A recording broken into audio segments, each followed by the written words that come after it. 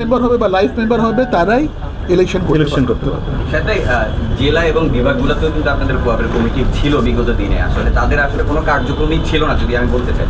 এবার আসলে কি ধরনের পরিকল্পনা থাকবে জেলা এবং বিভাগগুলোতে? দেখুন, আমাদের সামনে নতুন কমিটি আসবে ইলেকশনের পরে, তারা সেই বিষয়ে আলোচনা করবেন এবং তারা সেই জিনিসটার পদক্ষেপ নেবেন এবং সেখানেও অপশন থাকবে, কারণ প্রত্যেক জেলাতেই কোনো না কোনো ক্রিকেটাররা আছেন, তারা সেই বিষয়গুলো সেন্ট্রাল কমিটির সাথে কথা বলে সমাধান করে অগ্রসর হবেন।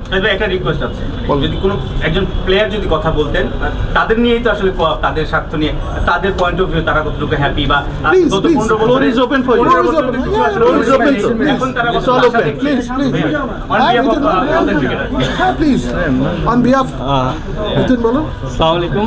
আসলে আপনাদের একটা সেটা আমরা সিদ্ধান্ত নিলাম যে আমরা সেপ্টেম্বর মাসের 4 তারিখ ইনশাআল্লাহ ইলেকশনের ডেট ফাইনাল করেছি এবং 4 তারিখের মধ্যে আমাদের বাকি যে সমস্ত ইলেকশন রিলেটেড কাজ সেগুলো কমপ্লিট করার চেষ্টা করবো, অর্থাৎ মেম্বারশিপ প্লাস নমিনেশন ফর্ম কিনা, নমিনেশন ফর্ম জমা দেওয়া, এই সমস্ত জিনিসপত্র আমরা কমপ্লিট করার চেষ্টা করব এবং 4 তারিখে অর্থাৎ 4 সেপ্টেম্বর আমরা ইলেকশনের জন্য প্রসিড করব এবং এটার জন্য আমরা ইলেকশন কমিশনও সেট করেছি এবং ইলেকশন কমিশনের আমরা চেয়ারম্যান হিসাবে পেয়েছি ইফতেখার ভাইকে, যিনি আমাদের বোর্ড ডাইরেক্টর আছেন, এবং তার সাথে নাসির ভাই, নাসু ভাই আমাদের আরেক ফর্মার প্লেয়ার, তিনিও থাকবেন এবং আমাদের মেম্বারশিপ কমিটির জন্য হাবিবুল বাশির সুমন থাকবেন।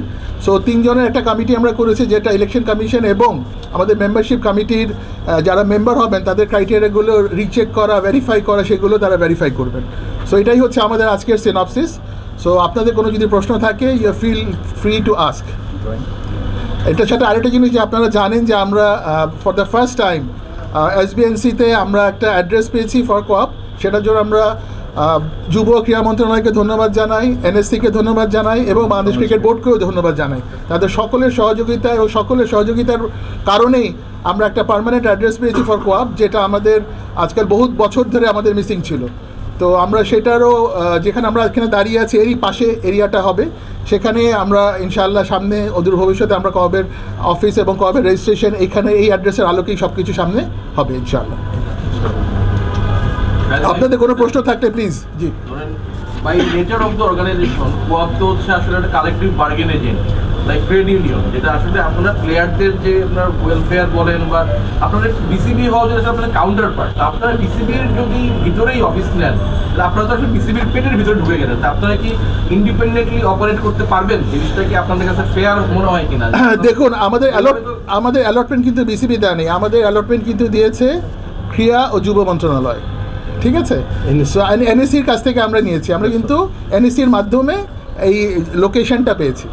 সো এখানে কারো পেটের ভিতরে ঢুকা বা কারো ভিতরে ঢুকা সেটা বিষয় না। এবং সেকেন্ড থিং হচ্ছে আপনি যেটা বলছেন যে আপনি ট্রেড ইউনিয়ন, আপনাকে একটু এটা মানে it is not trade union, it's not a trade union. এখানে আপনি ওয়েলফেয়ার, এটা ওয়েলফেয়ারের জন্য, ওয়েলফেয়ার আর ট্রেড ইউনিয়ন এক জিনিস না। সো আমরা এটার পারপাসই হচ্ছে ক্রিকেটার্স ওয়েলফেয়ার অ্যাসোসিয়েশন, ওয়েলফেয়ারের জন্য যেটা প্রয়োজন সেটার জন্য আমরা আলোকপাত করব, সেই বিষয়ে আমরা কথা বলবো। It's not trade union. For your kind information for everybody, thank you. Voting rights নিয়ে যে একটা আলোচনা হচ্ছিল, সেটার কি কোনো সমাধান হলো কিনা? ভোটিং রাইটস যেটা আমাদের ইজিএম হয়েছিল জুলাইয়ের 15 তারিখে, সেটার আলোকেই সেটা সেভাবেই থাকবে। এখানে একটা ক্ল্যারিটি দিই আপনাদেরকে, কারণ এখানে লাইফ মেম্বার কিন্তু যে কেউ হতে পারে।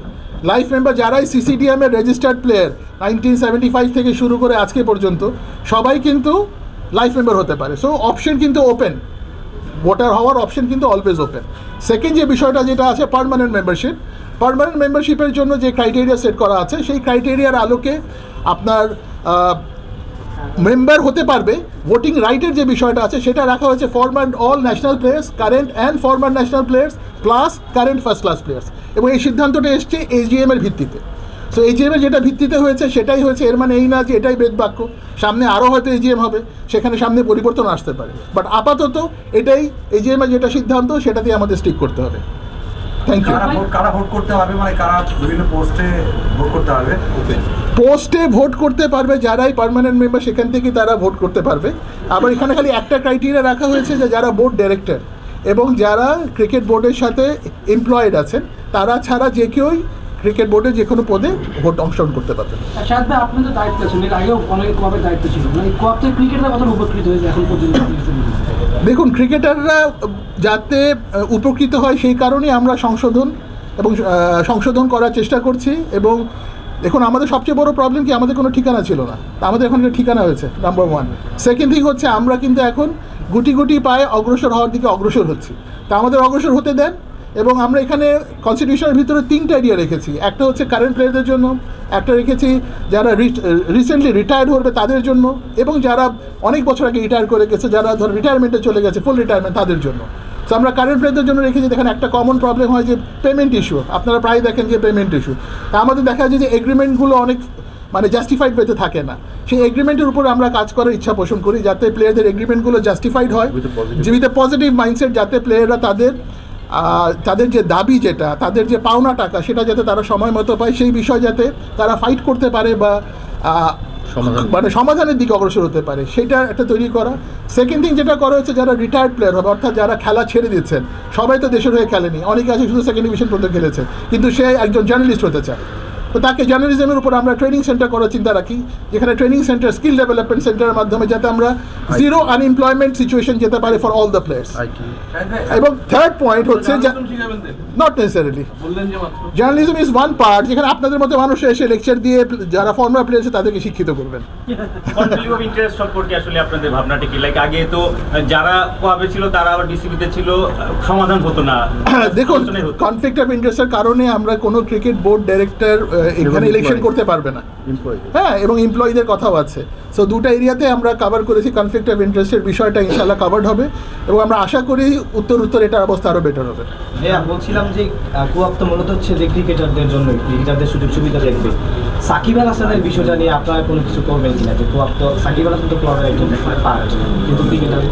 দেখুন সাকিবের যে বিষয়টা, সেটা নিয়ে আমরা এই মুহূর্তে কথা বলতে চাচ্ছি না, কারণ এখানে he is a legend of our country and one of the best player ever produce in Bangladesh. তো Shakib has a different status altogether. আমরা আশা করব সাকিবের বিষয়টা আমাদের রাজনৈতিক বিষয় বা আমাদের ক্রিকেট বোর্ড এই বিষয়টা লুক আফটার করবেন এবং সমাধান করবেন। যদি কেউ ইলেকশনে কেউ জিতলো, কোনো পদে আসলো, তারপর ইন ফিউচার যদি বিসিবিতে চাকরি করতে যায় বা কোনোভাবে ঢোকে, সেটা কি তখন কিভাবে হবে আসলে?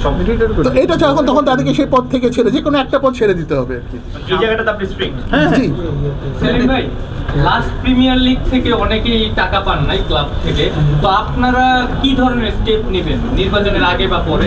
দেখুন এটা তো ইলেক্টেড কমিটি যখন আসবে তখন তারা এটা নিয়ে আলোচনা করবে। আমরা যে জিনিসটা করার চেষ্টা করছি বা প্ল্যান দিচ্ছি, সেটা হচ্ছে যে যাতে প্রসেস ডেভেলপ করা, অর্থাৎ কেউ যদি কোনো টিমে খেলে তার যাতে একটা প্রপার এগ্রিমেন্ট থাকে, কারণ অনেক প্লেয়ারই দেখবেন আপনি কোনো এগ্রিমেন্ট ছাড়া খেলে যাচ্ছেন।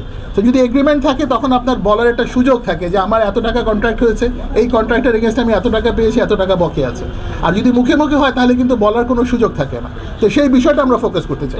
ইলেকশনের আগে লাস্ট যে 3-4 মাস ধরে আপনারা যারা অ্যাডহক কমিটিতে ছিলেন, আপনারা এগুলো লুক আফটার করেছেন কিনা? দেখুন এই জিনিসটা করার জন্য যখন আপনি এগ্রিমেন্ট চাইবেন তখন অনেক খেলোয়াড়ই এগ্রিমেন্ট দিতে পারবে না, নাম্বার 1।